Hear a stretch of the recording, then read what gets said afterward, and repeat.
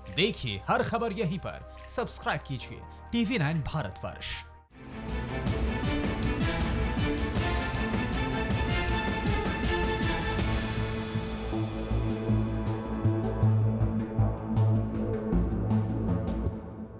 नमस्कार, TV9 भारतवर्ष पर स्वागत है आप सभी का। आपके साथ मैं हूं गौरव अग्रवाल।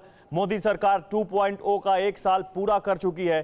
TV9 भारतवर्ष पर लगातार पीएम मोदी के मंत्री देश को आगे बढ़ाने का प्लान दर्शकों से साझा कर रहे हैं। शुरुआत के 8 महीने मोदी सरकार ने बेमिसाल फैसले लिए, लेकिन कोरोना काल में देश ने बहुत बदलाव देखे हैं। स्वास्थ्य हो, आर्थिक क्षेत्र हो या कृषि, सब पर इसका असर पड़ा है। कोरोना काल में आज गांव का हाल क्या है? देश का किसान आज कितना खुशहाल है? जो देश का पेट भरता है, क्या वो अपना पेट भर पाने की स्थिति में है? TV9 भारतवर्ष पर आज नरेंद्र मोदी के नरेंद्र यानी नरेंद्र सिंह तोमर आज हमें बताएंगे कि आमदनी अन्नदाता की कैसे बढ़ाएंगे। हमारे साथ इस वक्त केंद्रीय कृषि, किसान कल्याण, ग्रामीण विकास एवं पंचायती राज मंत्री नरेंद्र सिंह तोमर जी हैं, जिनसे हम मोदी सरकार के 1 साल की उपलब्धियों के साथ ही सामने दिख रही चुनौतियों से निपटने का क्या प्लान है वो भी जानेंगे। और नरेंद्र तोमर जी, बहुत बहुत स्वागत है आपका TV9 भारतवर्ष पर। सबसे पहले तो बधाई, आपकी सरकार का 1 साल पूरा हो चुका है। हालांकि इस 1 साल में ही बहुत बड़ी चुनौती सबके सामने है। सबकी प्राथमिकताएं, सबके लक्ष्य एकदम से बदल गए हैं। और जहां तक मुझे मालूम है, आप मोदी सरकार के उन मंत्रियों में शामिल हैं जिनके ऊपर इस सरकार की फ्लैगशिप योजनाओं को लागू करने में बहुत महती जिनकी जिम्मेदारी है। सर, तो सबसे पहले तो आपसे एक सवाल इस फैक्ट के साथ कि रबी सीजन में इस साल सरकार ने पिछले साल के मुकाबले ज्यादा गेहूं खरीदा है। इसके लिए आप और आपका मंत्रालय और आपकी पूरी जो सरकार बधाई की पात्र है। लेकिन आगे क्या योजनाएं हैं सर? क्योंकि ये बिल्कुल एकदम से अनप्रेसिडेंटेड संकट सामने है, जिसका किसी ने कोई अंदाजा नहीं लगाया था। ना तो इसके लिए कोई प्राथमिकताएं तय थी, ना तो कोई लक्ष्य तय था। तो आगे अब क्या प्राथमिकताएं हैं, क्या लक्ष्य हैं सरकार की? और पिछले 1 साल में अगर कुछ लेखा जोखा सरकार का, आपके मंत्रालय का अगर आप दे सके तो बेहतर होगा सर। गौरव जी, धन्यवाद। आप और सारा देश इस समय कोरोना वायरस के कारण चिंतित है, लेकिन मैं धन्यवाद देना चाहता हूं प्रधानमंत्री नरेंद्र मोदी जी को, उनकी सरकार के अनेक मंत्रालयों को और देश के किसानों को कि वायरस का संकट, लॉकडाउन की स्थिति और ऐसी स्थिति में किसान ने कोरोना से योद्धा बनकर जो लड़ाई लड़ी है, उसके लिए किसानों की जितनी प्रशंसा की जाए उतनी कम ही है।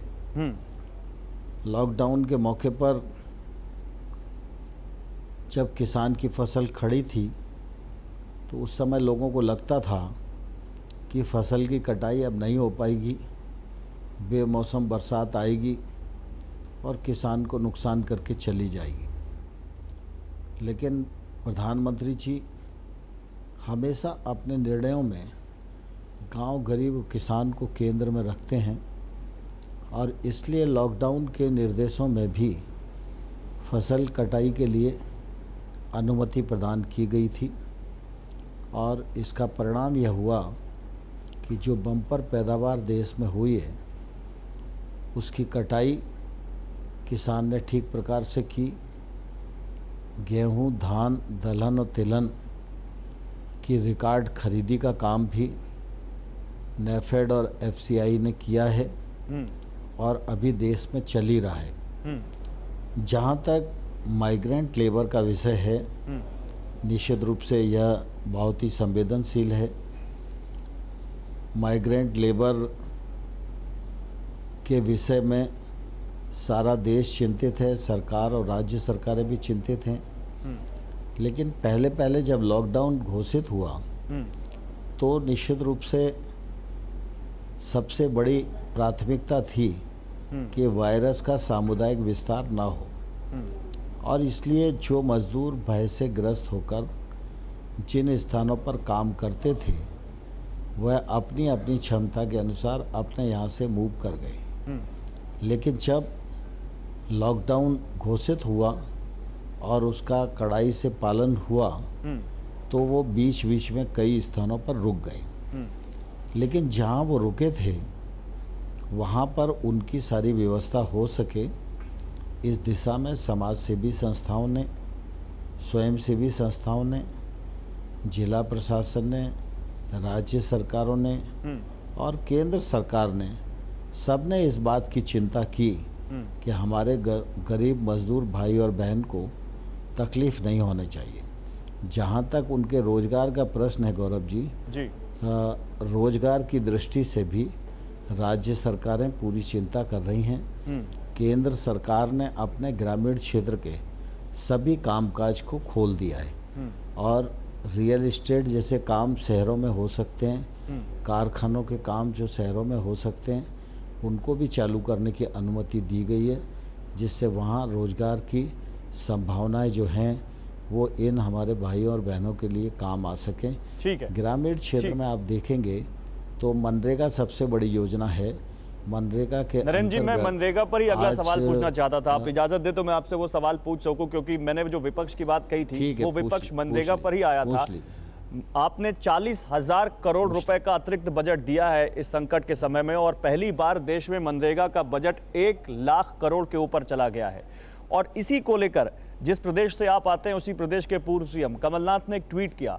उन्होंने कहा कि जो हमारी विफलताओं का जिस योजना को स्मारक बताते थे, आज उसी की जरूरत पड़ गई संकट के समय में उनको। और राहुल गांधी ने तो आपको धन्यवाद भी दिया। राहुल गांधी ने कहा कि चलिए आज मनरेगा की आपको याद आई है और आपने मनरेगा का इस्तेमाल किया है, इसलिए मैं केंद्र सरकार को इसके लिए धन्यवाद देता हूं। तो कहीं ना कहीं उनके बात में भी तंज था इसको लेकर कि जो मनरेगा जिसको आप पसंद नहीं करते थे, आज संकट के समय आपको उसी मनरेगा योजना की याद आई। मैं समझता हूँ गौरव जी, कांग्रेस तो हर मौके पर सिर्फ राजनीति करती है। सवाल कमलनाथ जी का हो या राहुल जी का हो, मैं समझता हूँ कि इस समय जो व्यंग्य उन्होंने किया है यह मनरेगा के खिलाफ जो लड़ाई देश लड़ रहा है उस संकल्प को कमज़ोर करने की एक असफल कोशिश है। मनरेगा कांग्रेस की असफलता का स्मारक था, इस बात से भारतीय जनता पार्टी कभी मुकरती नहीं है। और प्रधानमंत्री जी ने लोकसभा में भी बात कही थी और उन्होंने यह भी कहा था कि हम इसे बंद नहीं करेंगे। उसके पीछे दृष्टिकोण यह था कि देश की आज़ादी के बाद 50 साल से ऊपर कांग्रेस के लोगों ने शासन किया और 50 साल बाद कांग्रेस को यह ध्यान आया कि देश में गरीबों के लिए मनरेगा जैसी योजना चलाई जानी चाहिए। तो 50 साल आपने क्या किया? गरीबी उन्मूलन के लिए क्या किया? लोगों को रोजगार देने के लिए क्या किया? वैकल्पिक रोजगार की क्या योजना बनाई? तो कांग्रेस की एक लंबे कालखंड तक जो असफलता थी उसी के कारण मनरेगा जैसी योजना बनाने का उन्होंने तो आज इससे बड़ी मांग रख दी है। आज राहुल गांधी और सोनिया गांधी दोनों ने मांग किया है कि 100 दिन के रोजगार को बढ़ाकर 200 दिन कर दिया जाए मनरेगा में। तो क्या सरकार इस पर ध्यान देगी या 7,500 रुपए हर गरीब परिवार के खाते में सीधे डाले जाएं? सिर्फ मांग करने से कुछ नहीं होगा। मनरेगा के अंतर्गत भारतीय जनता पार्टी की सरकार ने अमानत में खयानत को रोका। इनके समय में सिर्फ लोग गड्ढे खोदते थे और फर्जी पेमेंट हो जाता था। आज 5 करोड़ से अधिक मजदूरों को हम 99% उनके अकाउंट में पेमेंट कर रहे हैं और एसेट क्रिएशन पर हमने बल दिया है।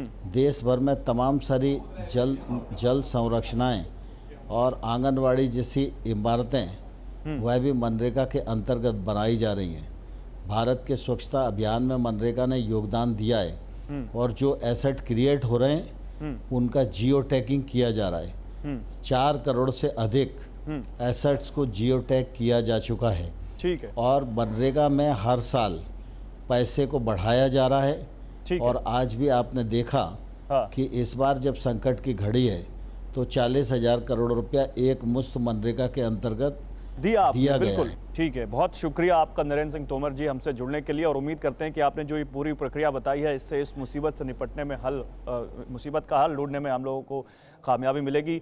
तो ये थे ग्रामीण विकास, किसान कल्याण और पंचायती राज मंत्री नरेंद्र सिंह तोमर, जिन्होंने बताया कि किस तरह से मनरेगा अभी भी कांग्रेस की विफलताओं का स्मारक है, लेकिन सरकार उसका इस्तेमाल करके इस संकट के समय में कैसे गरीब गुरबे तक पहुंच रही है, उसकी मदद कर रही है। और इसके अलावा भी तमाम मुद्दों पर उन्होंने बात की अपने मंत्रालय के कामकाज की। तो टीवी 9 भारतवर्ष पर लगातार हम मोदी सरकार के मंत्रियों से बात कर रहे हैं और कोरोना काल में आगे उनकी क्या योजनाएं हैं ये जानने की कोशिश कर रहे हैं। इसी के तहत हमने केंद्रीय कृषि मंत्री नरेंद्र सिंह तोमर से बात की। ऐसे ही मंत्रियों से हम बात करते रहेंगे और उनका पूरा प्लान, सरकार की पूरी योजना आपके सामने रखते रहेंगे। फिलहाल दीजिए इजाजत, नमस्कार।